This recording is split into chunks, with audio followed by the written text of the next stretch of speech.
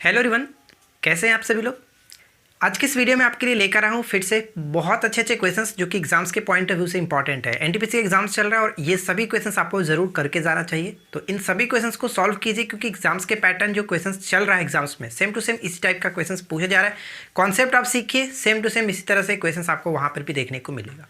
ठीक है, और मैं क्या बताऊं, इससे पहले मैंने ऑलरेडी वीडियो डाला लेकिन आप लोग का रिस्पांस ऐसा रहता है कि मैं आपको क्या बताऊं यार, वीडियो बनाने का मन नहीं करता है। जितना मिनट लगता है वीडियो बनाने में उतना तो व्यू नहीं जाते। तो आप सोच सकते हो कि वीडियो बनाने में कैसा लगता होगा। खैर ये सब बात की बात है। चलिए हम शुरू करते हैं और देखते हैं आज की इस वीडियो में आपका स्कोर क्या रहता है। आप नीचे कमेंट करके जरूर बताइएगा कि आप यहाँ पर जितने भी मैथ्स के क्वेश्चन कराए जाएंगे हम उनमें से कितना सॉल्व कर लेते हैं। ठीक है ना। चलिए देखिए, सबसे पहला क्वेश्चन क्या कह रहा है कि यदि ए बी सी एक धनात्मक है और a plus B plus C equal to 1 दिया गया तो हमसे पूछा जा रहा है कि इसकी वैल्यू, इसका न्यूनतम मान क्या होगा। देखिए कैसे करेंगे इस क्वेश्चन को। हमारे पास क्या क्या गिवन है, a plus B plus C equal to 1 दिया गया और a b c जो कि इस टाइप के संख्या है और वो धनात्मक संख्या है, यानी उनका जो मान होगा वो ऋणात्मक नहीं, वो पॉजिटिव में होगा। ठीक है ना, धनात्मक। और हमसे पूछा क्या जा रहा है, हमें निकालना है कि 1 प्लस ए अपॉन में 1 प्लस बी अपॉन में 1 प्लस सी की वैल्यू बताइए कि क्या होगा, न्यूनतम वैल्यू कितना होगा। देखिए इस क्वेश्चन को कैसे करेंगे, मैंने आपको इससे पहले वाला जो वीडियो था उसमें मैंने आपको बताया था कि इस टाइप का जब भी क्वेश्चंस दिखे तो आपको पुटिंग मेथड यूज़ करना चाहिए कि ऐसा क्या वैल्यू रखें कि हमारा ये पहले सेटिस्फाई हो जाए। ठीक है, सेटिस्फाइड करें। तो देखिए अगर हम यहाँ पे a b और c तीनों की वैल्यू को 1/3 रख दें, बताइए 1/3 रखते हैं तो क्या ये 1 के बराबर नहीं आ जाएगा। 1 प्लस 3 1 प्लस 3 1 प्लस 3 एलसीएम 3 होगा, 3 और ऊपर में जोड़ेंगे तो 3 3 3 कट कर ये आपका 1 आ जाएगा। तो कहने का मतलब ये हुआ कि अगर हम इस वैल्यू को लेते हैं तो ये हमारा सेटिस्फाई कर रहा है। जब ये सेटिस्फाई करता है तो हम इस वैल्यू को यहाँ पे रख सकते हैं।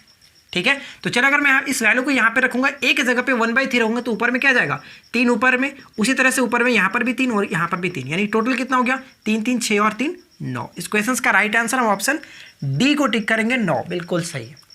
तो अगर आपको वीडियो अच्छा लगे तो वीडियो को एंड तक देखिए क्योंकि यहाँ पे जो भी क्वेश्चन आपको कराया जा रहा है बिल्कुल एग्जाम्स के पैटर्न पे है और काफ़ी अच्छे क्वेश्चन मैं आपके साथ शेयर कर रहा हूँ, तो एंड तक जरूर देखिएगा। ठीक है, चलिए सेकंड क्वेश्चन देखते हैं क्या कह रहा है। सेकंड क्वेश्चन है कि एक समानांतर चतुर्भुज ABCD का विकर्ण AC। चलिए सबसे पहले तो एक समानांतर चतुर्भुज है। समानांतर चतुर्भुज किस तरह से होगा, इस तरह से होगा, जिसके आमने सामने की भुजाएं जो होंगी वो आप एक दूसरे से इक्वल होंगे, इस तरह से। क्वेश्चंस में कह रहा है कि ABCD ABC और ये आपका हो गया D। ठीक है, इसमें विकर्ण AC है, विकर्ण हमारा जो है यहाँ पे AC हो जाता है, एक विकर्ण AC जो है BAD को द्विभाजक करता है, BAD को द्विभाजक करता है, यानी कि दोनों को इक्वल भागों में डिवाइड कर रहा है, द्विभाजक कर रहा है। और BAC BA और C इसकी वैल्यू यहाँ पे 35 डिग्री दी गई है। जब ये 35 डिग्री है तो ये भी आपका 35 डिग्री होगा क्योंकि दोनों द्विभाजक है कि नहीं, क्लियर। तो हमसे पूछा जा रहा है कि ABC के मान बताइए, ABC इस एंगल का वैल्यू पूछा जा रहा है, कैसे करेंगे। तो देखिए आपको पता होगा कि चतुर्भुज जो होता है इसके ये दोनों इक्वल एंगल जो होते हैं, दोनों आपस के जो एंगल होते हैं वो 180 डिग्री के बराबर होता है। यानी हम ये कह सकते हैं कि जो यहाँ पे देखिए BAD ये जो एंगल होगा BAD, ये एंगल और ये एंगल दोनों 180 के बराबर होगा। तो यहाँ पे रख सकते हैं क्या हम ABC, angle ABC equal to 180 के बराबर है। ठीक है, कुछ भी नहीं करना है। अब यहाँ पे देखिए कितना हो गया, 35 35 70 हो गया और टोटल हमारा 180 होता है तो 180 में से 70 घटा देंगे कितना आएगा 110। यानी कहने का मतलब ये हमारा एंगल कितना हो गया 110। बिना किसी दिक्कत के आप आसानी से कर सकते थे, इसमें आपको कुछ भी इतना लॉजिकली सोचना नहीं है, डायरेक्ट आप इसको समझ करके बना सकते थे। ठीक है, चलिए आगे की तरफ बढ़ते हैं, देखते हैं नेक्स्ट क्वेश्चन क्या है। देखिए बात करते हैं नेक्स्ट क्वेश्चन क्या कह रहा है कि XYZ एक कार्य को क्रमशः 30, 45 और 90 दिन में कर सकते हैं। कार्य को कितने दिन में पूरा किया जा सकता है यदि Y तथा Z मिलकर हर दूसरे दिन X की सहायता करते हैं। देखिए ये क्वेश्चन काफ़ी अच्छा है और इस टाइप के क्वेश्चन अक्सर पूछे जाते हैं। यहाँ पे सबसे पहले क्या क्या गिवन है कि X जो है वो 30 दिन में कर सकता है, Y जो है अकेले उस कार्य को 45 दिन में कर सकता है और Z जो है उसको 90 दिन में कर सकता है। ठीक है, इस टाइप का क्वेश्चंस मैंने टाइम एंड वर्क का जो बारी बारी से क्वेश्चंस आता है पूछा जाता है, अलग से मैंने एक वीडियो बना रखा है, अगर आपने नहीं देखा है तो देख लीजिएगा, आपको प्लेलिस्ट में मिल जाएगा। ठीक है, चलिए सबसे पहले बात करते हैं कि टोटल वर्क हमारा कितना है। 30, 45, 90 का एलसीएम कितना हो जाएगा, आप कहेंगे 90 हो जाएगा। इनकी इफिशियंसी निकाल लेते हैं। इफिशियंसी कैसे निकालते हैं, डिवाइड करेंगे तो कितना होगा 3 इसकी एफिशिएंसी कितनी हो जाएगी 2 और इसकी एफिशिएंसी 1। ठीक है, चलिए अब क्वेश्चंस में क्या कह रहे हैं कि यदि y तथा z मिलकर हर दूसरे दिन x की सहायता करते हैं। अगर एक काम है, पहला दिन स्टार्ट करता है ए अकेले करता है, यानी अकेले का मतलब x अकेले करता है, लेकिन दूसरे दिन क्या होता है कि दूसरे दिन y और z मिलकर काम करते हैं, y और z मिलकर के काम करते हैं, x के साथ x की सहायता करने आते हैं हर दूसरे दिन y और z। यही तो क्वेश्चन कह रहा है। क्वेश्चन में कह रहा है कि यदि y तथा z मिलकर हर दूसरे दिन x की सहायता करते हैं तो बताइए कि काम कितने दिन में खत्म होगा। देखिए पहला दिन अगर काम x स्टार्ट करता है तो वो अपनी इफिशिएंसी का 3 यूनिट करेगा, ठीक है 3 यूनिट। लेकिन अगर दूसरे दिन ये तीनों मिलकर के करेंगे तो कितना हो जाएगा, y का कितना 2 यूनिट है, z का 1 यूनिट है और x का कितना यूनिट है 3 यूनिट है। यानी कहने का मतलब ये हुआ कि 3 और साथ ही में 3 2 5 और 1 6 दोनों मिलकर के, ठीक है, ये पहले दिन का कार्य है और ये दूसरे दिन का कार्य है। यानी कि 2 दिन में कितना यूनिट काम हुआ, आप कहें कि 2 डेज में कितना यूनिट, 6 और 3 9 यूनिट का कार्य हुआ। ठीक है, 9 यूनिट काम करना कितना है, 90 यूनिट टोटल काम करना है। तो आप मुझे ये बताइए कि 2 दिन में 9 यूनिट किया जा रहा है, तो 90 यूनिट करने में कितना है, तो 90 यूनिट कितना गुना है, 10 का गुना है, तो यानी कि हम यहाँ पे 10 का गुना कर देंगे। टोटल 20 दिन में उस कार्य को खत्म किया जा सकता है। राइट आंसर ऑप्शन डी है। बताइए कोई दिक्कत? मुझे उम्मीद है कि बात आपने समझा होगा इस क्वेश्चन को किस तरह से किया जाता है। जब भी इस टाइप का क्वेश्चन दिखे आप बहुत आसानी तरीके से कर सकते हैं इस टाइप से। ठीक है, इसी बात पे वीडियो को एक लाइक जरूर कीजिए क्योंकि यहाँ पे जो क्वेश्चंस कराया जा रहा है बिल्कुल एग्जाम्स के पैटर्न पे। ठीक है, चलिए आगे बढ़ते हैं।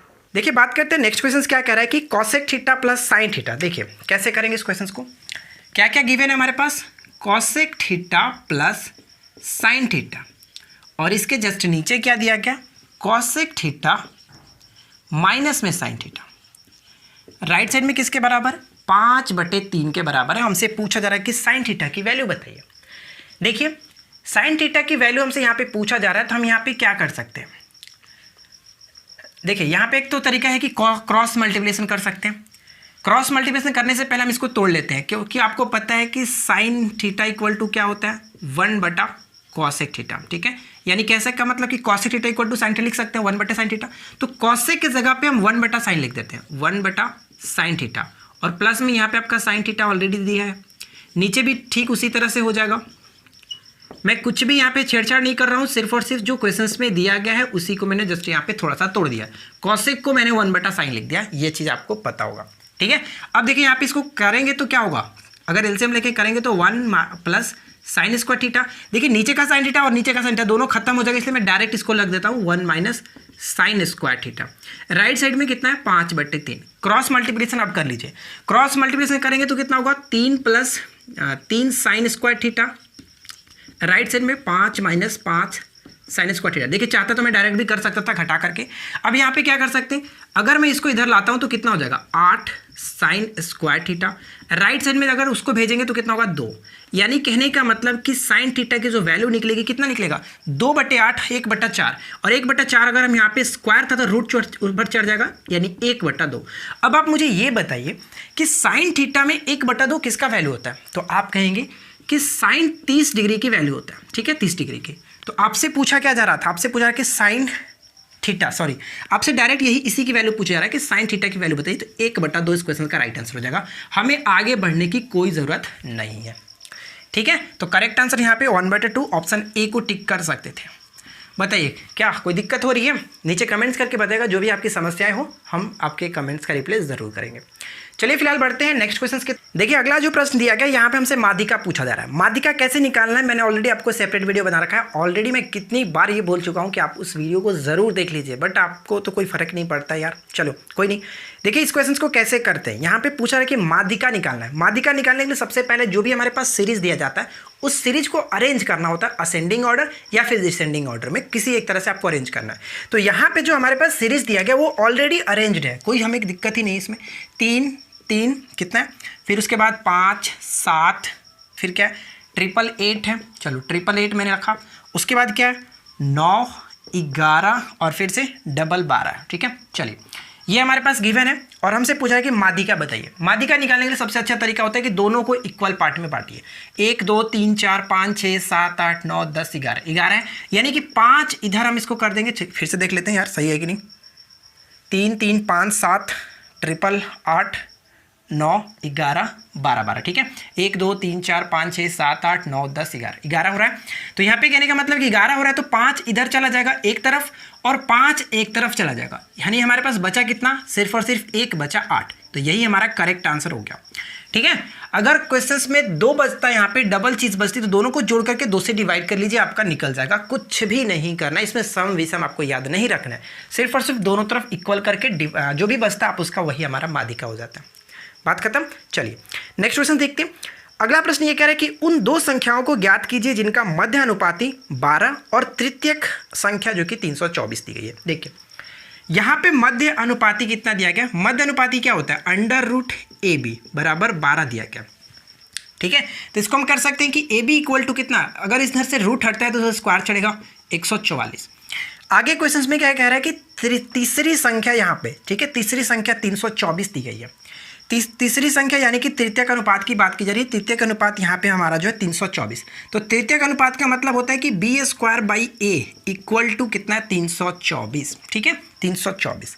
अब इस क्वेश्चन को कैसे करेंगे, देखिए अब इस क्वेश्चन को हम सिंपल सा तरीका से हम ये कर सकते हैं कि अगर मैं यहाँ पे देखिए B² बराबर कर दूँ 324 गुने A, ठीक है, 324 गुने A, और यहाँ पे मैं क्या करता हूँ कि A की वैल्यू को निकाल लेता हूँ। A बराबर करेंगे तो कितना हो जाएगा, 144/B हो जाएगा, ठीक है।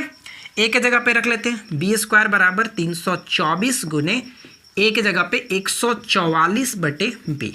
क्रॉस मल्टीप्लिकेशन करेंगे तो ये कुछ इस तरह से हो जाएगा आपका BQ और इधर हमारा 324 गुने 144, ठीक है। चलिए अब यहाँ पे हम क्या कर सकते हैं, अब इसको हम छोटा सा करने की कोशिश करते हैं। देखिए 18 गुने 18 होता है 324, 18 8 होता है आपका 144, ठीक है। अब यहाँ पे Q का मतलब ये है कि यहाँ पे 3 से 1 निकलेगा, तो अगर हम यहाँ पे कर सकते हैं ये कि 18 के पावर 3 और 2 के पावर 3, तो कहने का मतलब B बराबर कितना निकल जाएगा, यहाँ पे 3 रखते हैं, चलो B बराबर कितना निकला, 18 दूनी की 36। यानी इस क्वेश्चन का राइट आंसर यहाँ पे जो होगा वो क्या, क्वेश्चन में हमसे पूछा रहा है कि उन 2 संख्याओं को ज्ञात कीजिए। पहला B हमारा 36 निकल गया, तो ऑप्शंस देख सकते हैं सिर्फ और सिर्फ एक ही ऑप्शंस मिल रहा है जो कि 4 और 36, तो ऐसे भी टिक कर सकते हैं। या फिर हम यहाँ पे एक और निकाल सकते हैं, अगर B को यहाँ पे रखते हैं तो 36 चौका होता है, यानी आपका A और B दोनों निकल गया 4 और 36। बताइए कोई दिक्कत, बहुत अच्छा क्वेश्चन था। इस क्वेश्चन को आप अच्छे से याद रखिएगा किस टाइप से सॉल्व किया जाता है, ठीक है। यहाँ पे 2 चीज़ें आपको याद रखना है, पहला कि मध्य अनुपात जो है वो क्या होते हैं, √AB, और तृतीयक जो अनुपात होता है आप इसको याद रखेंगे B²/A। तो ये 2 फार्मूला होता है, आप आसानी से इसको कर सकते हैं। चलिए फिलहाल बढ़ते हैं अगले क्वेश्चन की तरफ। देखिए अगला जो प्रश्न हमारा कह रहा है कि एक घन के कोर की माप जो है वो 10 सेंटीमीटर दी गई है। यदि इस घन से शंकु बनाया जाता है तो शंकु की ऊंचाई कितनी है। देखिए जबकि शंकु का त्रिज्या दिया गया है यहाँ पे 7 सेंटीमीटर। मैंने आपको ऑलरेडी बताया, कई बार बता चुका हूँ कि जब भी किसी फिगर को दूसरे फिगर में कन्वर्ट किया जाता है तो वहाँ पे हम लोग बात करते हैं उसके आयतन का, यानी उसके वॉल्यूम के बारे में बात की जाती है। चलिए वॉल्यूम है, आप वॉल्यूम के बारे में जब बात की जाती है आयतन के बारे में, तो सबसे पहला जो फर्स्ट फिगर था हमारा घन था, ठीक है। पहला फिगर घन है, तो घन का आयतन कितना होता है, तो घन का आयतन आप कहेंगे कि भुजा क्यू। तो भुजा क्यू यानी कि कितने कोर का था, कितना साइड था उसका 10, तो कहने का मतलब इसका साइड हो गया टोटल आपका 10 था, तो 10 का हम क्यूब करेंगे तो हमारा 1000 सेंटीमीटर क्यूब हो जाता है घन का आयतन। और इसी आयतन को कन्वर्ट किया जा रहा है जो कि शंकु में। तो हम कहने का मतलब ये हुआ कि ये जो हमारा आयतन होगा वो शंकु के आयतन के जस्ट बराबर होगा 1/3 पाई को, चलो यहाँ पे पाई को रख देते हैं 22/7, और r की वैल्यू यहाँ पे क्या दी गई थी, r²h, तो r² यानी कि 7 गुने 7, और h हमसे पूछा जा रहा है कि क्या होगा, ठीक है। चलिए 7 से 7 खत्म करते हैं। अब देखिए 7 से 7 खत्म, और तो कुछ कट नहीं रहा, चलो छोटा सा कर लेते हैं, थोड़ा छोटा कर लेते हैं, यहाँ पे 500 और यहाँ पे 11। अब क्रॉस मल्टीप्लिकेशन कर लेते हैं। क्रॉस मल्टीप्लिकेशन करेंगे तो कितना हो जाएगा, देखिए 5 × 15,000 और नीचे आपका हो जाएगा कितना, 11 × 7 = 77। राइट साइड में h निकल गया।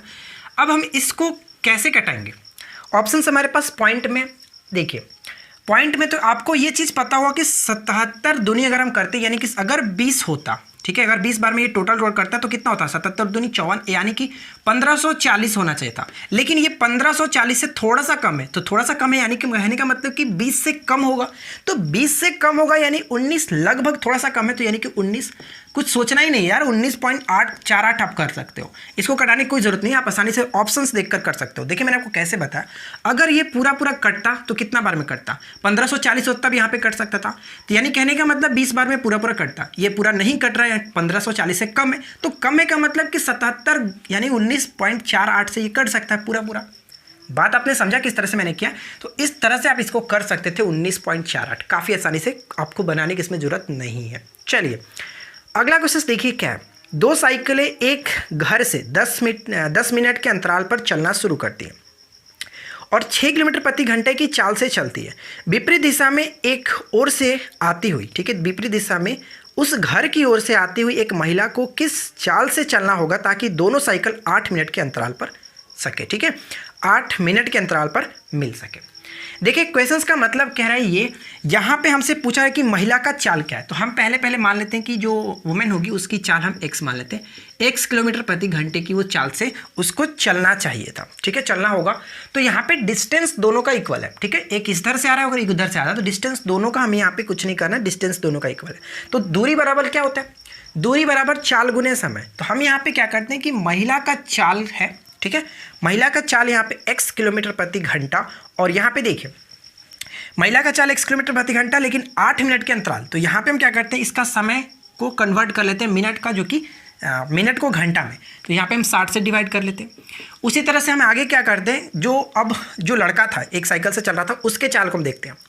अंतराल 2 मिनट का अंतराल हो रहा है, ठीक है, ध्यान रखिएगा 2 मिनट का अंतराल भी है। तो हम यहाँ पे क्या करेंगे कि इसका चाल कितना था, 6 किलोमीटर प्रति घंटा की स्पीड से चल रहा था, लेकिन 2 मिनट के अंतराल है। 2 मिनट के अंतराल को हम करते हैं और इसको हम 60 से डिवाइड कर लेते हैं। तो दोनों 60 से 60 खत्म। अब यहाँ पे देखिए 6 दूनी की 12 यानी कि 8x बराबर हो जाता है 12। और आपको पता है कि 15 8 120 होता है, यानी कहने का मतलब 1.5, ठीक है, 1.5 किलोमीटर प्रति घंटा इस क्वेश्चन का राइट आंसर हो जाएगा। ये क्वेश्चंस बहुत ज़्यादा इंपॉर्टेंट है, प्रीवियस ईयर में ये क्वेश्चंस पूछा गया है एनटीपीसी के एग्जाम्स में, ठीक है, मैंने वहीं से इसको लिया है और आपके साथ मैं शेयर कर रहा हूँ। और इस टाइप के क्वेश्चंस अक्सर पूछ जाते हैं, तो कुछ भी नहीं करना है, जो पहला चाल है आप उसको कीजिए और उसके बाद दोनों अंतराल देख लीजिए कि एक तो 10 मिनट था, 10 मिनट के अंतराल पर चलना शुरू करते हैं, यानी कि दोनों के बीच का अंतराल कितना हो गया, 2 मिनट। तो 2 मिनट बटे मैंने यहाँ पे 60 से भाग कर दिया, जो कि घंटा में चेंज करने के लिए, दोनों तरफ 60 से 60 खत्म, यहाँ से x की वैल्यू निकल गई, x किलोमीटर प्रति घंटा जो था महिला की चाल 1.5 किलोमीटर प्रति घंटा, जो कि ऑप्शन ए बिल्कुल सही है, ठीक है ना। चलिए नेक्स्ट क्वेश्चन देखिए क्या कह रहा है। 2 पाइप ए और बी किसी हौज को क्रमशः 24 मिनट और 30 मिनट में भर सकते हैं। देखिए चलो यहीं पे बना लेते हैं। ए जो है, एक नल जो है वो 24 मिनट में भर सकता है, बी जो है वो 30 मिनट में भर सकता है, ठीक है। आगे क्वेश्चन कह रहा है कि दोनों साथ में चालू किए जाते हैं, परंतु 8 मिनट के पश्चात पहले को बंद कर दिया जाता है, तो हौज को भरने में बी द्वारा लिया गया समय कितना होगा। देखिए हम यहाँ पे क्या करते हैं, दोनों के देख लेते हैं पहले टोटल कितना हो रहा है। तो 24 और 30 कह सकते हैं, 24 और 30 का एलसीएम देखें तो 120 हो जाएगा, ठीक है, 24 5 120, 30 चौका 120। तो यहाँ पे इफिशियंसी 24 5 120, 30 चौका 120 इफिशियंसी होगी। अब यहाँ पे क्वेश्चन में कहा गया था कि दोनों साथ में चालू किए जाते हैं। जब दोनों साथ में चालू किए जाते हैं तो 5 और 4 9 की इफिशियंसी के साथ ये भरेंगे 8 मिनट तक। तो 9 8 72 काम इन लोगों ने खत्म कर लिया, ठीक है। 120 टोटल काम करना था, 72 काम इन्होंने दोनों मिलकर के साथ में कर दिया। तो बचा कितना काम, 48 काम शेष बचा। 48 काम शेष बचा था। उसी वक्त क्वेश्चंस में कह रहा है कि पहले नल को बंद कर दिया था, अब ये इसका काम खत्म हो जाता। तो बचा कौन, बचा हमारे पास बी। तो अब ये काम करेगा बी, ठीक है, अपनी इफिशियंसी से उसको भरेगा। तो वो उसकी इफिशियंसी क्या है, 4 यूनिट की इफिशियंसी, और उसको काम करना कितना 48। तो 4 से डिवाइड कर दीजिए, टोटल उसको 12 चौका 48, 12 मिनट यहाँ पे समय लगेगा और उसको भरने में। तो करेक्ट आंसर 12 को टिक कर सकते थे। ये सुपर क्वेश्चन से एकदम बहुत ज़्यादा इंपॉर्टेंट है, आप इसको हमेशा समझ जाइएगा किस तरह से क्वेश्चन को करना है, ठीक है। चलिए आगे की तरफ बढ़ते हैं। देखिए नेक्स्ट प्रश्न ये कह रहा है कि एक धनराशि 3 वर्षों में साधारण ब्याज पर 815 रुपया हो जाती है, 4 वर्षों में 854 रुपये हो जाती है, तो वह धनराशि क्या।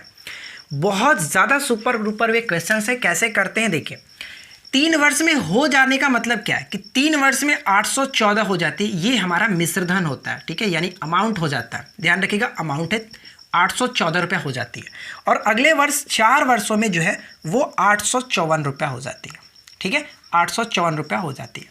तो हम यहाँ पे क्या करते हैं, दोनों को घटा लेते हैं। दोनों का डिफरेंसेस कितना होगा, कितना है यहाँ पे 815 दिया गया था ना, चलो 815। तो अब यहाँ पे दोनों का डिफरेंसेस देखें तो कितना होगा 9, और यहाँ पे देखिए कितना होगा 39, ठीक है, बिल्कुल सही।